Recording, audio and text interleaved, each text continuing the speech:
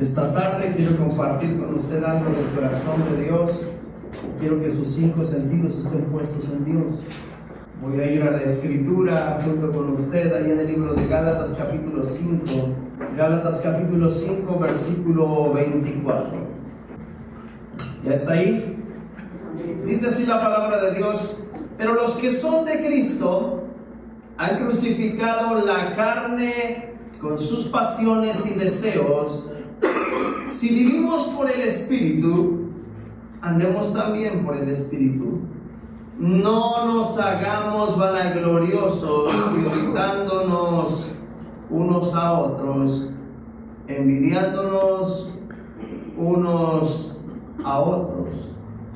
Hermanos, si alguno fuere sorprendido en alguna falta, vosotros que sois espirituales, restaurarle con espíritu de mansedumbre, considerándote a ti mismo, no sea que tú también seas tentado. Inclina su rostro, por favor. Padre, añade sentido y tu espíritu a tu palabra, Dios eterno. Señor, que tu palabra venga a traer fortaleza, que tu palabra venga a traer, Señor, un renuevo a nuestro corazón, que tu palabra traiga dirección y que a través de ella, Dios eterno, nuestra vida tenga el orden que necesita. Maravilloso Rey, que tu Espíritu Santo esté hablando a nuestro corazón a través de tu palabra, en el poderoso nombre de Cristo Jesús. Amén y amén. Dígale al que está a su lado: crucifícate. Otra vez con convicción. Otra vez. Crucifícate, dile. Ahora, pero de veras como si le estuviera diciendo en serio. A ver. Es que como que le da miedo decirle, ¿verdad? Ahora el que le dijo, dígale, tú también.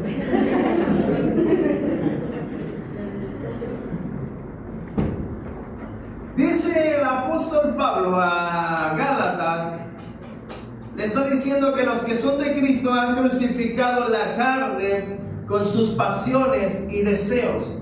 Y el apóstol Pablo no está diciendo que Cristo tiene que venir y crucificar nuestras pasiones y deseos, o que Cristo tendría que quitarnos todo aquello de lo cual nosotros hemos sido presa por mucho tiempo, o que Cristo tendría que venir y tal vez mover muchas cosas, sino más bien está hablando acerca de la decisión y el deseo personal de la libertad en Cristo. Y es que la libertad en Cristo no se obtiene solamente cuando tú haces una oración de fe y decides entregarle tu vida a Cristo Jesús, sino cuando en tu corazón determinas no volver a contaminarte con aquello que alguna vez te puso en desventaja. De hecho, el fruto del arrepentimiento es aborrecer el pecado. Cuando hay un genuino arrepentimiento, tú amas lo que Dios ama, aborreces lo que Dios aborrece. Eso es un genuino arrepentimiento. Quiero esta tarde hablarte acerca de la posición que nosotros tenemos delante de Dios, o la altura que Dios nos ha dado cuando Él ha hecho esa obra en nosotros. Y no hablo acerca de llamado, o no hablo acerca de vida ministerial, sino de la posición que espiritualmente hemos obtenido cuando nos hemos acercado a Dios y cuando hemos determinado en nuestro corazón crucificar los deseos de nuestra carne, o aquello que nos mantiene atados o en una misma condición por mucho tiempo. Y es que si entendemos que la naturaleza que Dios puso en nosotros es su propia naturaleza o su misma naturaleza, entenderemos que siempre vamos a estar librando una batalla contra la naturaleza que un hombre dejó entrar a nosotros, que fue la naturaleza del pecado. Y es que esa naturaleza del pecado siempre nos va a querer arrastrar y hacer a su manera. La naturaleza del pecado no te va a pedir autorización para en cualquier momento tomar tu vida y arrastrarte. Pero la naturaleza de Dios es una naturaleza que está sujeta a tomarla en cuanto a nuestra propia voluntad, así como la naturaleza del pecado. En otras palabras, la naturaleza del pecado siempre estará disponible, al igual que la naturaleza de Dios, pero como hemos sido dotados de voluntad, nosotros decidimos cuál tomamos. Así que si te pasa algo, tú decides cómo reaccionar. No es que Jesús se volvió loco cuando dijo, si tu hermano te pega en una mejilla, ¿qué tienes que hacer? Poner la otra. Pregúntale al de al lado, ¿tú pones la otra?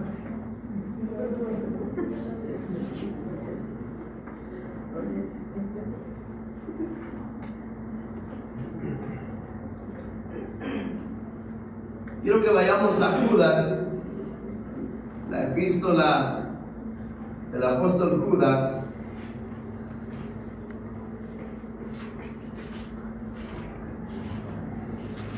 Ahí en el 6 de Judas, es un solo capítulo,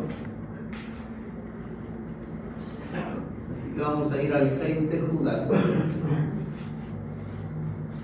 Y a los ángeles que no guardaron su dignidad, sino que abandonaron su propia morada, los ha guardado bajo oscuridad en prisiones eternas para el juicio del gran día, como Sodoma y Gomorra y las ciudades vecinas, las cuales de la misma manera que aquellos, habiendo fornicado e ido en pos de vicios contra naturaleza, fueron puestas por ejemplo, sufriendo el castigo del fuego eterno. La Escritura nos muestra que cuando Dios hizo la creación, todo lo hizo bueno. Y en una parte podemos ver en este versículo que los ángeles tenían la oportunidad de tomar decisiones. Así que no es que Dios haya hecho a los ángeles malos, sino que ellos tenían la capacidad de poder decidir. Pero dice que tenían que guardar ¿qué? Su dignidad. Dice a los ángeles que no guardaron su dignidad. ¿Qué es dignidad? ¿Qué es dignidad? Es estar a la altura de la posición que tú tienes, del rango que tú tienes. Es estar a esa altura. Es decir, es no olvidar el valor que tú tienes. Eso es dignidad. Así que un buen día vino alguien y estuvo haciendo una serie de contrataciones de acuerdo a lo que dice el profeta Isaías. Dice que a causa de la multitud de sus contrataciones fue cortado, fue echado por tierra. Y este fue Satanás. Así que estuvo haciendo contrataciones y les estuvo ofreciendo buenos puestos. Le dijo, bueno, ¿quieres ser líder de jóvenes? Vente conmigo. Bueno, ¿quieres ser de esto? Vente conmigo. Y es que la iglesia de hoy en día pareciera que está cayendo en ese mismo sentido de querer posiciones y se han olvidado de lo realmente importante, que es que el rango más alto que tú y yo podemos tener es que fuimos hechos hijos de Dios. Aquel que entiende el rango de su vida o la calidad de la obra de Dios en su corazón, entenderá entonces que el rango más alto que tú puedes tener es que fuiste constituido un hijo de Dios. El asunto aquí es que tenemos que guardar nuestra nuestra dignidad. En otras palabras, tendríamos que estar siempre a la altura de ese rango del cual Dios nos ha dado, o hemos sido parte de ese derecho. A todos los que le recibieron, les dio potestad o el derecho de ser hechos hijos de Dios. Y es que es sorprendente lo que escribe el salmista en el Salmo capítulo 8 cuando dice: ¿qué es el hombre para que tengas de él memoria? Y el hijo del hombre para que lo visites. Lo hiciste poco menor que los ángeles, pero lo coronaste de gloria y de honra. Si entendiéramos todo aquello que Dios nos ha dado con su naturaleza como hijos de Dios, entonces tendríamos nosotros mucho más allá de lo que nos pasamos tal vez rogando, clamando o pidiendo que pueda ocurrir, porque no somos capaces de cuidar nuestra dignidad. ¿Cómo cuidas tu dignidad? Como hijo de Dios, haciéndote parte de lo que los demás hacen. ¿Cómo cuidas tu dignidad como hijo de Dios? Cayendo en lo que sabes que no debes de caer. ¿Cómo cuidas tu dignidad? Vuelvo a lo que dice el apóstol Pablo en Gálatas. ¿Quiénes? Dice que aquellos que hemos decidido crucificar, ¿qué? Nuestros deseos, son los que podemos vivir una vida espiritual. Y no es que va a ser fácil. Y no es que va a ser algo que tú vas a poder hacer con toda tranquilidad. Es que se va a librar una lucha. ¿Alguna vez te has dado cuenta cómo te defiendes cuando quieres tener la razón? ¿Ah? ¿Cómo digo yo que se defiende? Como gato panza arriba, decía mi abuelito. ¿Sí te has dado cuenta cuando tú quieres tener la razón o cuando tú tienes la razón y alguien te dice lo contrario, cómo te defiendes? ¿Sí te has fijado? Ahora imagínate cómo te vas a defender si alguien te quiere crucificar. Si la naturaleza de Dios puesta en ti te quiere crucificar, ¿cómo crees que se defiende tu carne? No, hombre, no es nada malo. Si no pasa nada. ¿A poco crees que con un día que dejes de congregarte te va a pasar algo? Tú tranquilo, no te va a ocurrir nada. ¿A poco crees que con lo que le dijiste a tu esposa ya todo se va a acabar? No te va a dejar. Tú tranquilo, así deja las cosas. No ocurre nada, no lo resuelvas. Deja que se le pase. Y hacemos caso omiso a la voz del Espíritu Santo que está hablando a nuestro corazón y nos está diciendo que se necesita el perdón, que se necesita la reconciliación, que se necesita resolver aquel asunto que no has podido hablar, que se necesita desarraigar aquello que ha venido a tu mente como un pecado oculto y que no has sido capaz de ponerlo delante de Dios y de ofrecer arrepentimiento.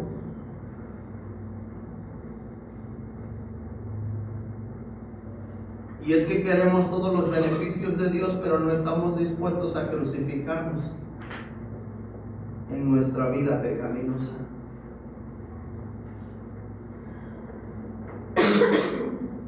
Tú vas a encontrar a lo largo de la Escritura que hay una serie de tratos muy específicos de Dios. Quiero que vayas al libro de Números capítulo 14.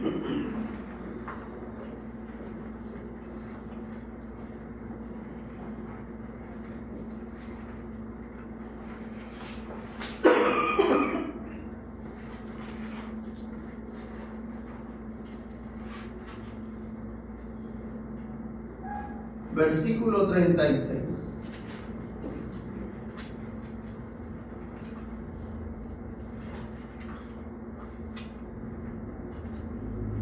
Y los varones que Moisés envió a reconocer la tierra y que al volver habían hecho murmurar contra él a toda la congregación, desacreditando aquel país, aquellos varones que habían hablado mal de la tierra murieron ¿qué? De plaga. ¿Cuántas plagas hubo en Egipto? 10. ¿Cuántas plagas golpearon al pueblo de Israel? 7. De las 10, 7 plagas golpearon al pueblo de Israel. Y es que hay un trato de Dios que tiene que venir sobre la vida del ser humano para que el ser humano pueda entender que el ser humano por su propia voluntad debe de decidir crucificar a su naturaleza pecaminosa. Así que Dios también tuvo que tratar con el pueblo de Israel. Tuvo que tratar con el pueblo de Israel. Y en la medida que Dios trataba con ellos, Dios también comenzaba a traer libertad a su vida. Así que hay un filtro en el cual tú y yo tenemos que entrar, por el cual debemos de pasar, y en ese trato de Dios y en esas plagas que pueden venir, pueden ocurrir dos cosas: o te matan o te llevan a la libertad. Y es que es increíble cómo Dios siempre está utilizando cosas a nuestro favor para traer libertad. Así que es tanto el amor de Dios, es tan grande el amor de Dios por la humanidad y sobre todo por sus hijos, que de una manera o de otra Dios siempre está buscando beneficiarnos para no dejarnos perder.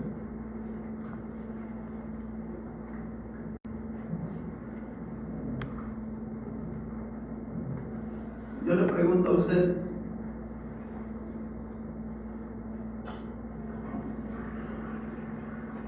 ¿realmente usted cree que usted está aquí hoy porque lo merece o porque Dios ha sido misericordioso con usted al guardarlo, aun cuando usted se ha alejado muchas veces de su gracia?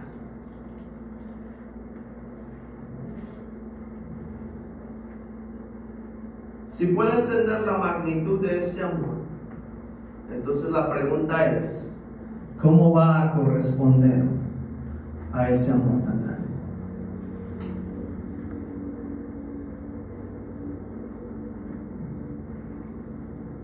Es que vamos un poquito a la historia. Hay una tierra que conquistar y hay un pueblo detrás de Moisés que hay que introducir a aquella tierra. Y todo el pueblo está esperando que se le den las noticias de la tierra que están por conquistar. Así que Moisés tiene que tomar espías, ¿ok? Y esos espías, ¿cuántos eran? 12 espías. Así que toma 12 espías y los envía. Vayan a la tierra, explórenla, tráiganos noticias de cómo están las cosas allá. Y cuando regresen, entonces nos podrán decir o podrán determinar qué es lo que debemos de hacer o cómo debemos de hacerlo. Y regresan los 2 espías y 2 de ellos vienen muy contentos y los demás vienen cargando un racimo de uvas. Dice que venían entre 2 personas cargando un racimo de uvas atravesado en una vara, y dice que el racimo de uvas llegaba hasta el suelo. Ahora imagínate de qué tamaño eran las uvas. Las uvas no eran como las uvas que tú conoces comúnmente. Tenían que haber sido increíblemente hermosas y muy grandes. Y el racimo era muy grande, tan grande que llegaba hasta el piso. Y llegan ellos con la evidencia de lo que hay en aquella tierra, de la cual Dios les dijo: los voy a llevar a una tierra que fluye leche y miel. Es algo más o menos así, solo para que lo entiendas. Es algo más o menos como las promesas que Dios te ha dado acerca de lo que Dios quiere hacer contigo y los lugares que Dios te ha prometido en los cuales Él te quiere poner y la forma en la cual Dios ha dicho que quiere usar tu vida.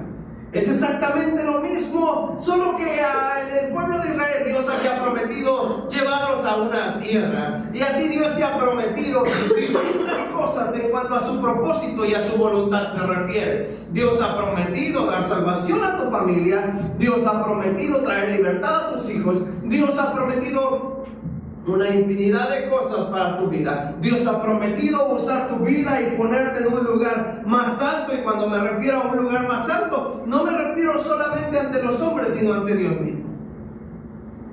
Y es que nosotros deberíamos de ser como hijos de Dios, deberíamos de ser infinitamente conocidos en el cielo y terriblemente temidos en el infierno. Así debería de ser un hijo de Dios. Pero como estamos más preocupados en qué va a ser de nuestra vida, en si tenemos dinero o no tenemos dinero, en si mi hijo termina o no termina la carrera, en si mi esposa me hace caso o no me hace caso, en si mi esposo se congrega o no se congrega, y comenzamos a perder de vista las cosas que Dios nos dijo que deberíamos de haber hecho para que todo aquello funcionara, y comenzamos a hacerlo en nuestras propias fuerzas. Y cuando comenzamos a caminar en la naturaleza de la carne, nuestras propias fuerzas nos empiezan a desgastar. Y nos desgastan hasta el punto que pensamos que Dios no está obrando en nuestro favor, o que Dios ya se olvidó de nosotros.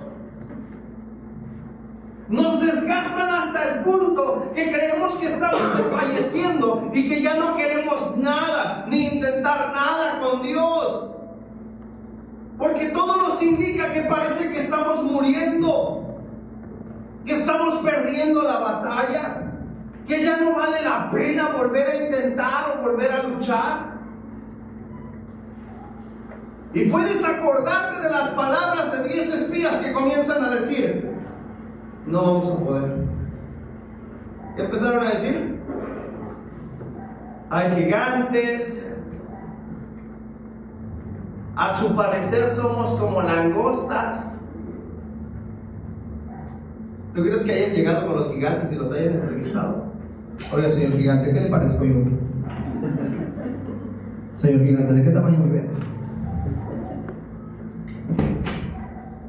¿Cómo es que ellos podían saber? ¿Cómo es que ellos sabían el tamaño que le parecían a los gigantes? ¿Cómo es que ellos sabían eso?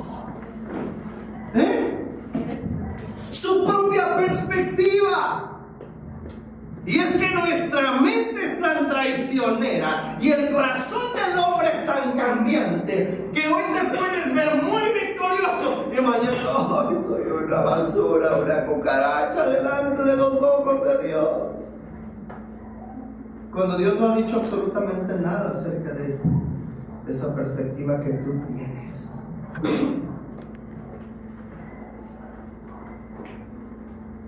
Y 10 comenzaron a decir: no podemos.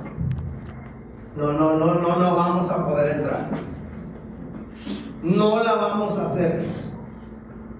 Y 2 estaban diciendo: sí podemos, vamos, ande. Dios dijo que esa tierra es nuestra. Y si Dios dijo es porque podemos entrar.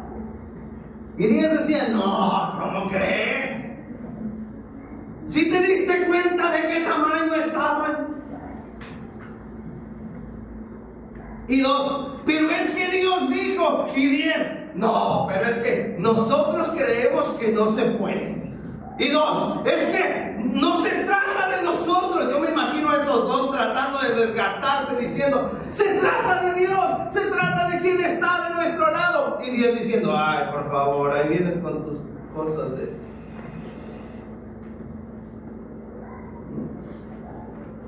Ahora la pregunta es: ¿por qué 10 tenían una perspectiva totalmente distinta y 2 tenían una perspectiva real de quién era Dios? El asunto o la respuesta es muy sencilla. 2 caminaban en la naturaleza de Dios y 10 caminaban en su propio pensamiento o prudencia empujados por su propio conocimiento o el logro que ellos pudieran tener de ellos mismos, confiando en sus habilidades. Y dos, diciendo, no se trata de nosotros. Hay alguien que nos prometió meternos ahí, y si Él nos prometió meternos ahí, podemos lograrlo. Y 10 diciendo, no, pero es que ¿cómo le vamos a hacer para derrotarlos?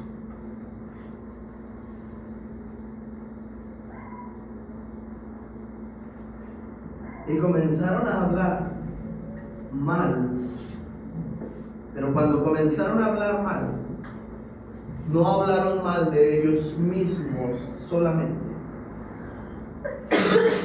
sino que comenzaron a hablar mal de Dios.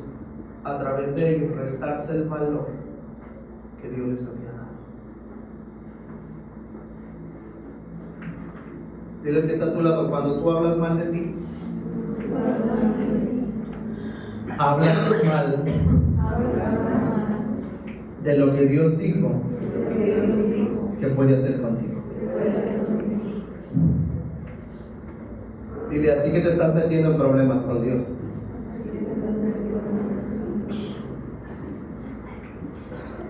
Pero es que no, yo no puedo, pastor. No me ponga a orar, póngame a hacer lo que sea, menos a orar. Pastor, no me ponga a predicar. Es que yo lloro cuando voy a predicar de los nervios. No. A mí póngame a trabajar en lo que quiera, pero menos, no me lleven al evangelismo, pastor, por favor. No. Yo no sé qué decirle a la gente.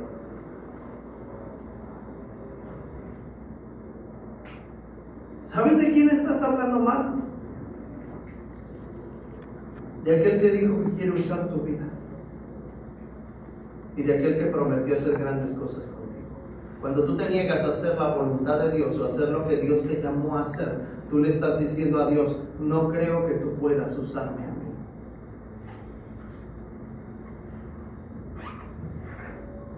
Regálale una sonrisa al de al lado para que se aliviane.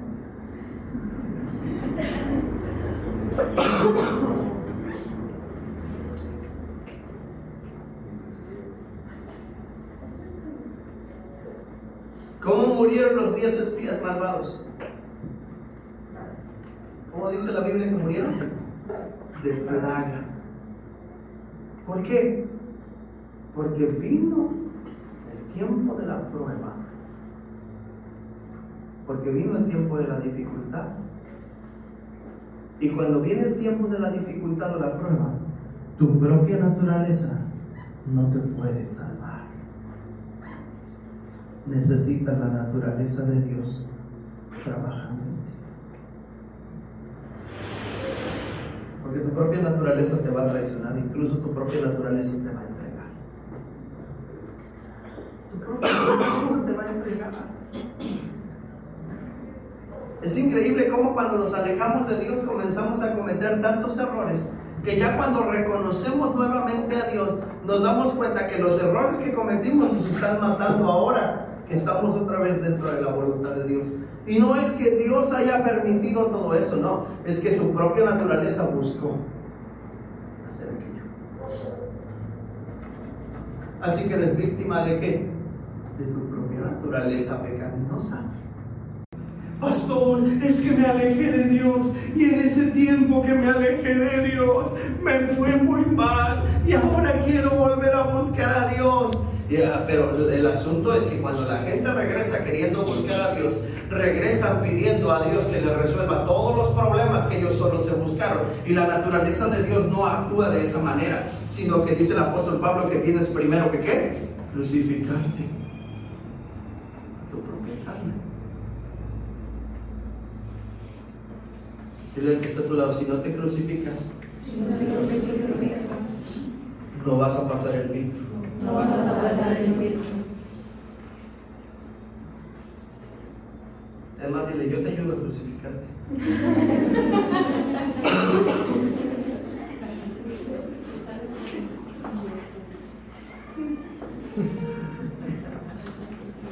Quiero que vayas a Apocalipsis, al libro de Apocalipsis.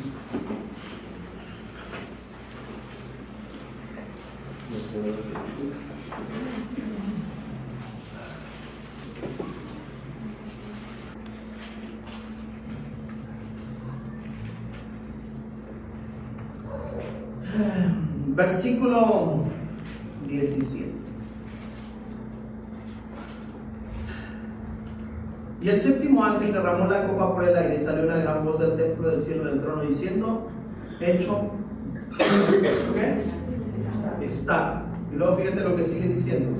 Entonces hubo relámpagos, voces, truenos, un gran temblor en la tierra, el terremoto tan grande cual no lo hubo jamás desde que los hombres han estado sobre la tierra, y la gran ciudad fue dividida ¿en cuántas partes? En 3 partes.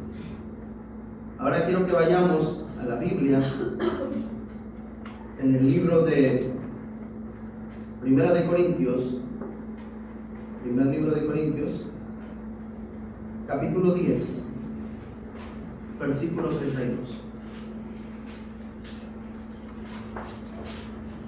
Mira cuáles son las 3 partes en las que se dividió la Biblia. No seáis tropiezo ni a judíos, ni a qué, ni a gentiles, y ni a quién. Aquí hay algo sumamente interesante. Y es que pareciera que la clasificación antes de Cristo solamente era judíos y gentiles. Y ahora vemos una nueva área cuando Jesús viene a hacer el sacrificio en la cruz y un gran terremoto se desata y la tierra se divide en 3 partes. Y ahora tenemos a judíos, a gentiles y a la iglesia de Dios. Y esta parte es sumamente interesante porque la iglesia de Dios son aquellos que han decidido adoptar la naturaleza de Dios y deciden caminar en esa naturaleza. Es así que los judíos entonces pueden ser juzgados de acuerdo al conocimiento y de acuerdo a la ley, la cual muchos de ellos todavía están guardando, o todos guardan la ley. Y van a ser juzgados de acuerdo a ello. Y los gentiles van a ser juzgados de acuerdo al conocimiento también que han adquirido acerca de Dios.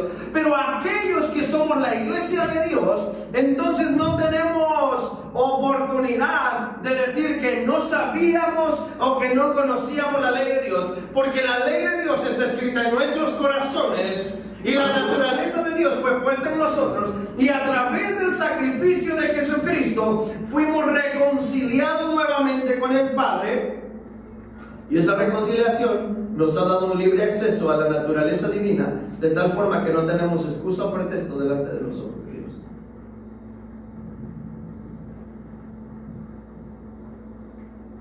Y aquí el asunto se torna todavía más interesante, porque delante de Dios no vas a poder excusarte que no tenías tiempo, excusarte que no sabías cómo hacerlo, excusarte que no pudiste luchar contra tu carne, porque hay una serie de cosas y características de las cuales Dios te ha dotado. Mira lo que dice el capítulo 15 del libro de Apocalipsis, Apocalipsis capítulo 15. Vi en el cielo otra señal grande y admirable, 7 ángeles que tenían 7 plagas postreras, porque en ellas se consumaba la ira de Dios. Vi también como un mar de vidrio mezclado con fuego, y a los que habían alcanzado la victoria sobre la bestia, y su imagen y su marca y el número de su nombre, en pie sobre el mar de vidrio con las arpas de Dios. Y cantan el cántico de Moisés, siervo de Dios, y el cántico del Cordero, diciendo: grandes y maravillosas son tus obras, Señor Dios Todopoderoso, justos y verdaderos son tus caminos, Rey de los santos. ¿Cuál es el cántico de Moisés? Aquí le voy a explicar algo rápidamente. Tú puedes ser alguien que guarda la ley, tú puedes ser alguien que está en una vida aparente de sujeción a los mandatos o a los mandamientos de Dios, pero no es suficiente solamente cantar el cántico de Moisés. hay que cantar el cántico del Cordero. Y el cántico del Cordero es que tú y yo estamos sujetos a vivir en la naturaleza de Dios. En otras palabras, tú y yo tenemos la capacidad de poder decidir si entramos a vivir en la naturaleza de Dios, para no solamente poder cantar el cántico de Moisés, que es el conocimiento adquirido delante de los ojos de Dios, que es que tú sepas la Biblia, que es que tú sepas lo que tienes que hacer, que es que tú te portes bien, sino que también hay que cantar el cántico del Cordero para poder estar delante de su presencia. Y el cántico del Cordero es aquel que ha crucificado a su propia carne y ha decidido vivir en la naturaleza de Dios.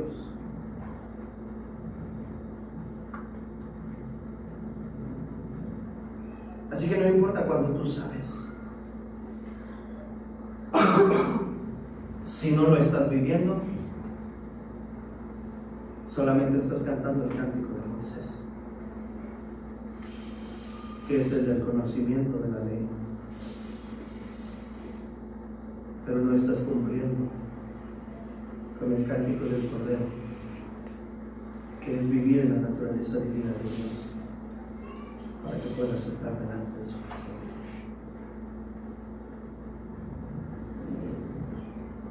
¿Quién no te temerá, oh Señor, y glorificará tu nombre? Pues solo tú eres santo, por lo cual todas las naciones vendrán y te adorarán, porque tus juicios se han manifestado. Y después de estas cosas miré, y aquí fue abierto en el cielo el templo del tabernáculo del testimonio, y del templo salieron 7 ángeles que tenían las 7 plagas, vestidos de lino limpio y resplandeciente, y ceñidos alrededor del pecho con cintos de oro. Y uno de los 4 seres vivientes de los 7 ángeles, 7 copas de oro llenas de la ira de Dios que vive por los siglos de los siglos. Y el templo se llenó de humo por la gloria de Dios y por su poder. Nadie podía entrar en el templo hasta que se hubiesen cumplido las 7 plagas de los 7 ángeles.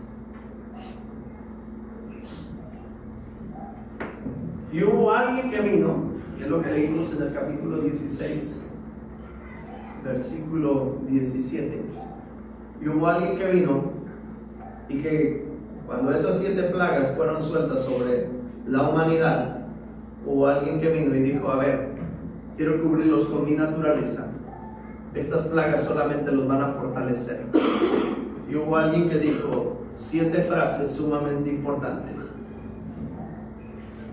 Y esas 7 frases las dijo desde una cruz.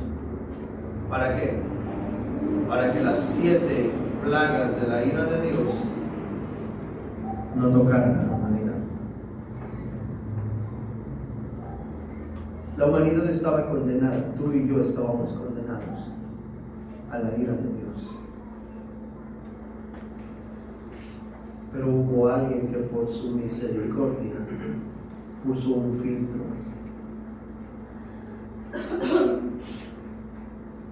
Él es el filtro.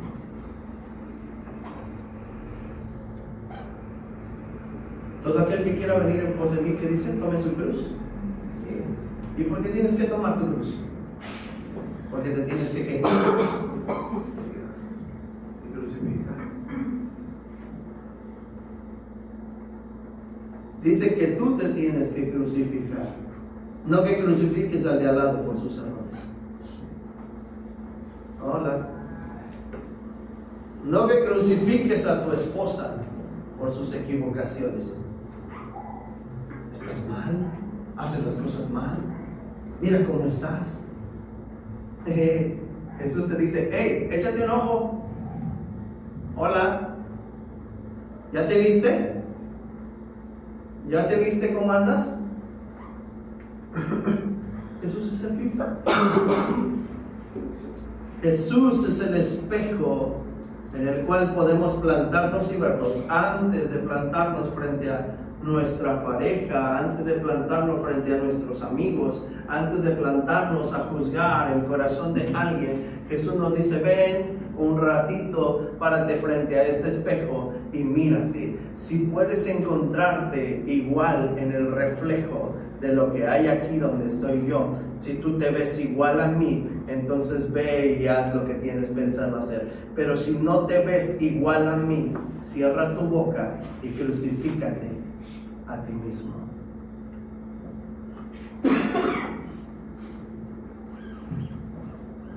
Estoy hablando acerca de cuando nosotros armamos todo un prejuicio sobre la vida de alguien, en lugar de ayudarle a levantarse y decirle, yo voy a estar aquí para que juntos cambiemos la condición de nuestra vida.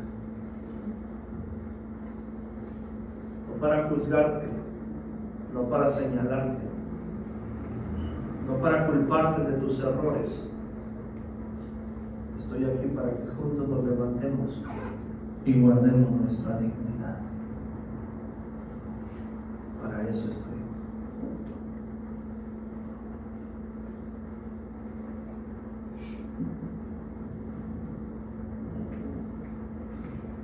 Es tiempo de predicar, no con dureza. Es tiempo de predicar más duro. Y cuando digo más duro me refiero a que tenemos que ser más intencionales cuando predicamos a Jesús.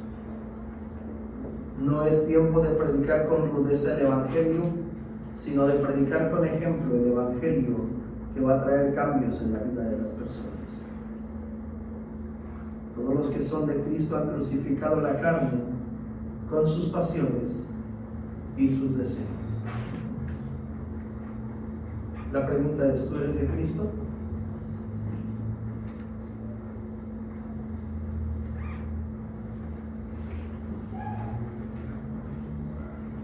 Solo un silencio estoy. ¿Tú eres de Cristo? Crucifícate. Mira lo que sigue diciendo. Gálatas capítulo 6, versículo 2. Sobrellevad los unos a otros las cargas de los otros, cumplid así la ley de Cristo. Porque el que se cree ser algo no siendo nada, ¿qué pasa? A sí mismo se engaña.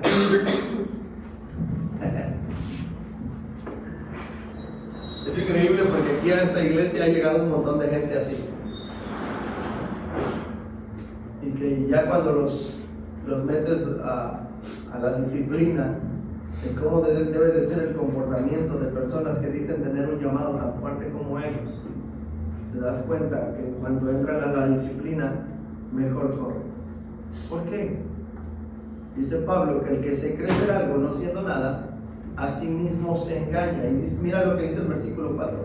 Así que cada uno someta a prueba su propia obra. ¿A qué se refiere con su propia obra? Tus propios frutos. Voy a tomar un ejemplo de una persona que me dijo hace unos días. Pastor, el Señor me hablaba y me decía, voltea y mira cuántos en la iglesia son tuyos, cuántos frutos has dado. Y él me decía, y yo volteé y yo dije, wow, qué bien, son muchos, he dado fruto. Y luego el Espíritu Santo me dijo, no, ¿cuántos son de este año? Y agaché mi cabeza. Porque vivimos de victorias pasadas. Y la naturaleza de Dios no puede vivir de victorias pasadas. La naturaleza de Dios vive de lo que día a día Dios está haciendo u obrando en nuestro corazón. ¿Cuál es la victoria que Dios te dio? ¿Cuál es la victoria que Dios te dio?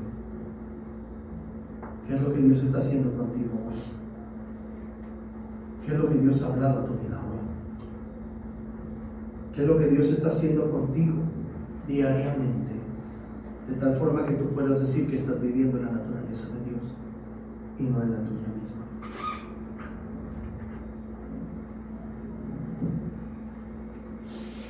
Cada uno llevará su propia carga, dice. El que es enseñado en la palabra, haga partícipe de toda cosa buena al que lo instruye. ¿Cómo? Haga partícipe de toda cosa buena al que lo instruye. ¿Saben de qué es lo que más se entera el pastor? De los puros problemas. ¿Y el apóstol Pablo qué dice? que tienes que hacer partícipe a quien te instruye de qué? De todo lo bueno que tú recibes.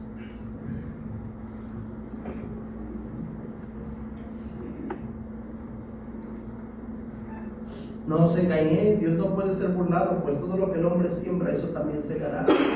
Porque el que siembra para su carne, de la carne segará corrupción, mas el que siembra para el Espíritu, del Espíritu segará vida eterna. No nos cansemos pues de hacer el bien, porque a su tiempo segaremos y no desmayamos. Así que según tengamos oportunidad, hagamos bien a todos, y mayormente a los de la familia de la fe. Quiero terminar con esto.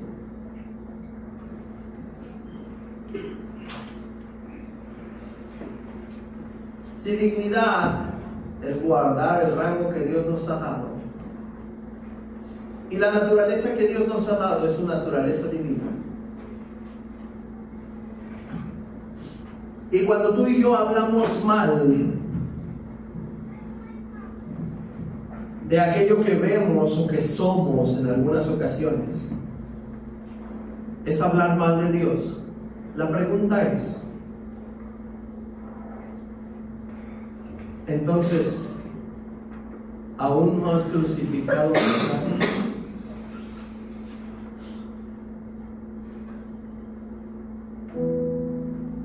O tal vez ni siquiera has agarrado tu cruz.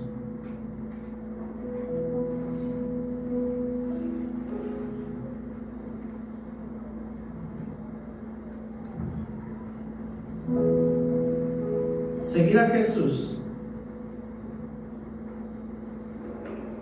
no es algo que signifique solamente venir a la iglesia, congregarte, escuchar una predicación, querer cumplir con algunas áreas. No.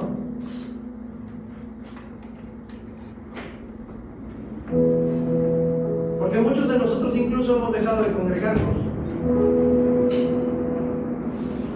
Muchos de nosotros incluso nos hemos convertido en personas que solo vienen los domingos, porque consideramos que la enseñanza no es importante, o tal vez consideramos que no tenemos el tiempo para poder venir otros días.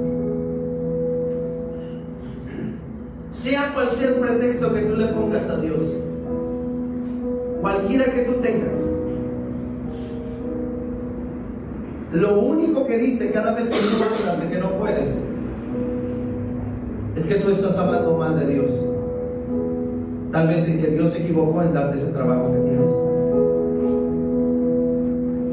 Tal vez en que Dios se equivocó en darte los hijos que tienes, porque tal vez te has quejado de que no tienes el tiempo por tus hijos. Tal vez en que Dios se equivocó en darte lo que hasta ahora disfrutas. Porque si eso es lo que te resta tiempo, y si todo aquello que te resta tiempo te impide estar delante de Dios, entonces déjame decirte algo. Dios tendrá que pasarte por el filtro, pero ten cuidado, porque en ese filtro se va a quedar todo lo que te estorba, y Dios lo quitará. Mi consejo es, de acuerdo a la Escritura, mejor toma tu cruz, crucifica tu carne con tus pasiones y deseos, y esfuérzate por buscar a Dios. Es lo único que puede ayudarte a salir de la condición en la que vives. No hay otra cosa. Promesas tienes de parte de Dios, palabras proféticas, almacenas muchas en tu corazón. Propósito de Dios, siempre has sabido que tienes un propósito grande.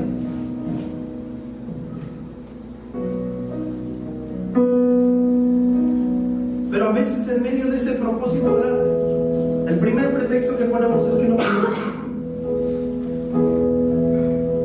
Recuerda una cosa, el propósito no es tuyo, ni es para ti. Es para honrar a Dios. Tú solo eres la guitarra Él es el guitarrista. Cuando hay un concierto y alguien toca excepcionalmente el piano, ¿a quién le aplauden? ¿Al piano? ¿Por eso? ¿A quién le aplauden? Al pianista que ejecutó la canción. Bueno, no se te olvide que tú y yo solamente somos el piano. Tú y yo solamente somos el piano. El pianista es el que hace sonar la melodía a través de nosotros. Él pone su naturaleza en ti para que suenes como Él quiere que suenes. Tú por ti mismo no tienes sonido. ¿Por qué digo eso? ¿Un piano por sí solo tiene sonido? Pues tiene las cuerdas, pero mientras nadie se siente frente a él y empiece a presionar las teclas, ¿qué va a pasar con ese piano? Nada. El piano puede estar ahí, puede ser de una marca increíble y puede estar intacto y puede estar muy bien guardado y puede ser algo sumamente impresionante. Y así a veces estamos tú y yo con llamados impresionantes, con ministerios increíbles guardados en nuestro corazón, que si un día alguien se sentara frente a nosotros e hiciera sonar la melodía que hay en nuestro interior, sería algo excepcional. Pero simplemente estamos ahí, sin adquirir la naturaleza